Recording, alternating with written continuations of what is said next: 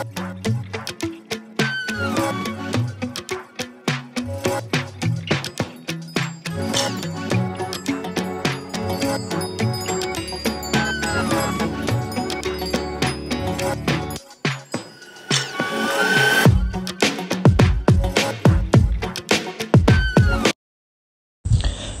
sejahtera Malaysia, denyut nadi suara rakyat bergema di channel ini. Berita terkini yang amat penting bagi seluruh rakyat Malaysia. 30 Disember 2023.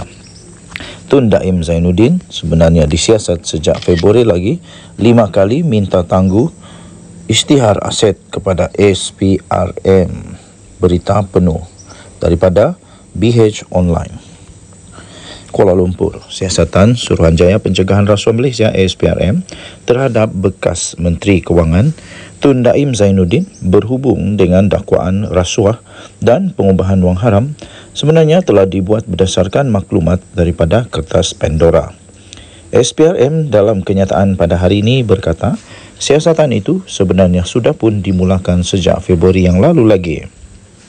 Terdahulu, Daim Zainuddin dilaporkan telah menafikan beliau dan keluarganya terbabit dalam rasuah atau sebarang salah laku. Sebaliknya, beliau mendakwa siasatan terhadapnya hanyalah bermotifkan politik. Menurut kenyataan itu, dakwaan Daim bahawa siasatan kes beliau menimbulkan kekeliruan dan salah faham kepada masyarakat umum adalah tidak tepat.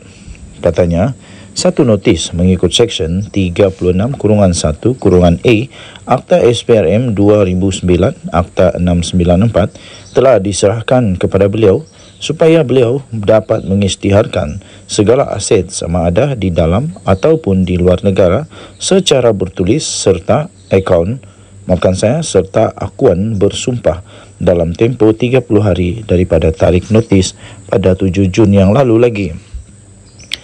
Katanya dalam kenyataan itu, Tun Daim telah memohon lanjutan tempoh sebanyak 5 kali dan diberikan lanjutan pada 6 Julai, 10 Ogos, 11 September, 11 Oktober dan yang terakhir adalah pada 14 November lalu untuk mengisytiharkan segala aset miliknya.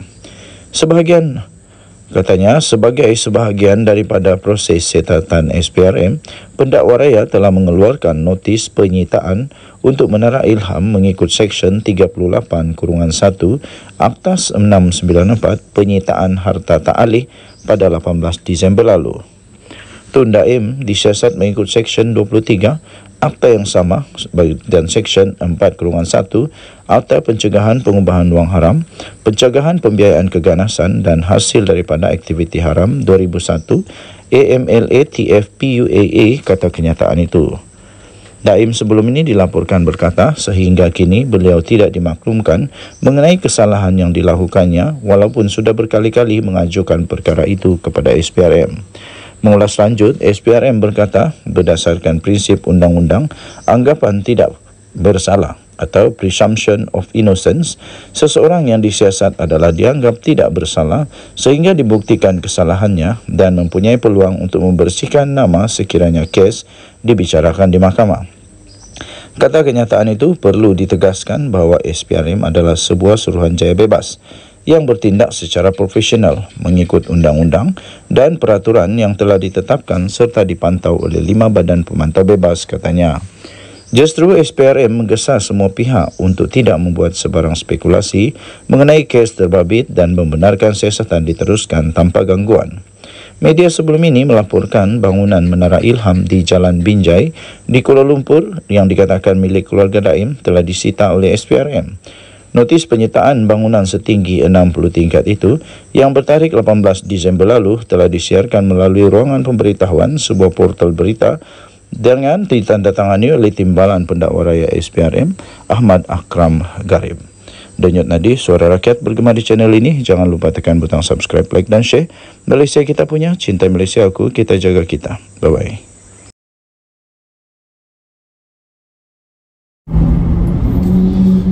Salam sejahtera Malaysia. Denyut nadi suara rakyat bergema di channel ini. Terbaiklah PDRM. Timbalan Ketua Polis Negara Malaysia Dato' Ayub Khan memberikan amaran. Memberikan amaran dan peringatan. Lebih ramai lagi jerung naga, apa lagi ya? Jerung naga, apa lagi? Penjahat-penjahat lah yang berkenaan dengan kartel dadah, yang jual dadah. Lebih ramai lagi yang bakal kena tangkap, bakal kena cukup. Baru padan muka. Negara Malaysia memang terbaik sekarang. Inilah pentadbiran terbaik setakat ini. Tidak dipeduli sama ada kau Datuk kah, Datuk Seri kah, apapun pangkat, tidak dipeduli. Salah tetap salah. Belum pernah lagi dalam mana-mana kerajaan di Malaysia yang buat seperti Datuk Seri Anwar Ibrahim buat, dan Ketua Polis Negara serta timbalan Ketua Polis Negara serta semua bos-bos, pegawai-pegawai kanan polis di Raja Malaysia. Ini memang proses pembersihan terbaik. Mungkin ramai orang komplain lah, kenapa macam tu? Ini yang patut berlaku lah. Inilah yang patut berlaku, tuan-tuan dan puan-puan yang dihormati sekalian. Sebab kita menuju kepada negara Malaysia Madani, ya. Memanglah orang-orang yang memang suka buat jenayah, dia akan cepat marah. Dia akan marah, dia akan melenting, dia akan meroyan. Orang yang banyak jenayah, yang suka buat jenayah, yang dapat duit, jadi kaya dari jenayah, memang dia marahlah. Tapi bagi rakyat Maharid, rakyat Malaysia yang mau melihat negara Malaysia diwarisi oleh anak cucu kita dengan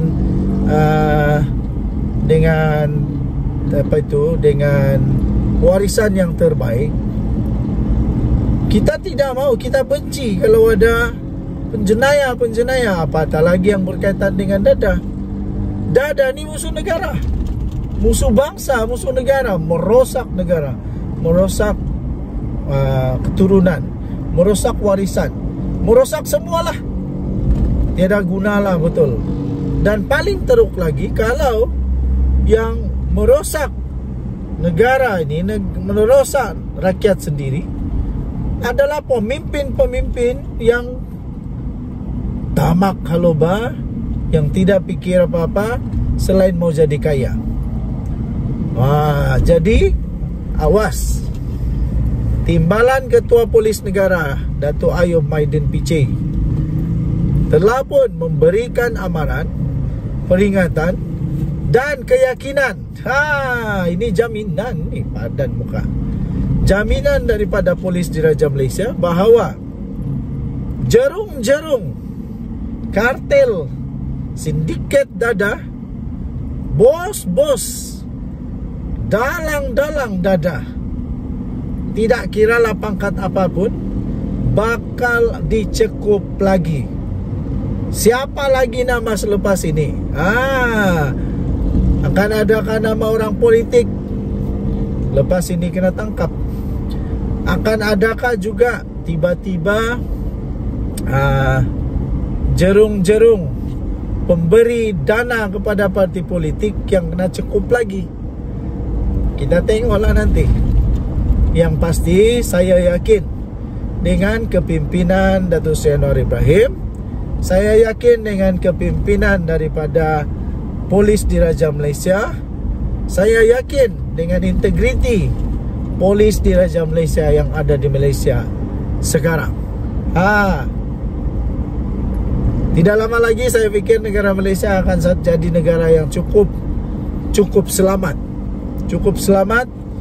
Tidak ada banyak rasuah, tidak ada banyak penyalahgunaan kuasa kah. Yang paling penting tidak ada penjenayah lah.